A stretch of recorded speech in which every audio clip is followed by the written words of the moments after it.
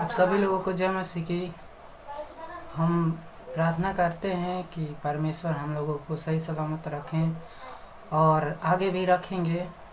और हम लोग प्रार्थना करें कि जो बहुत सा जगह बारिश नहीं हो रहा है, बारिश होने पाए और प्रभु का महिमा भी होने पाए।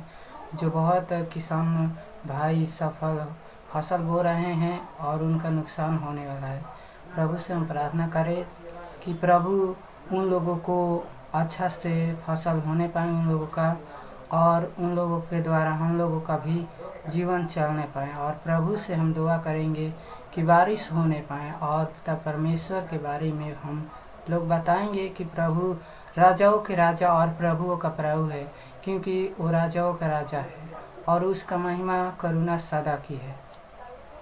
वो परमेश्वरों का परमेश्वर और प्रभुओं का प्रभु है।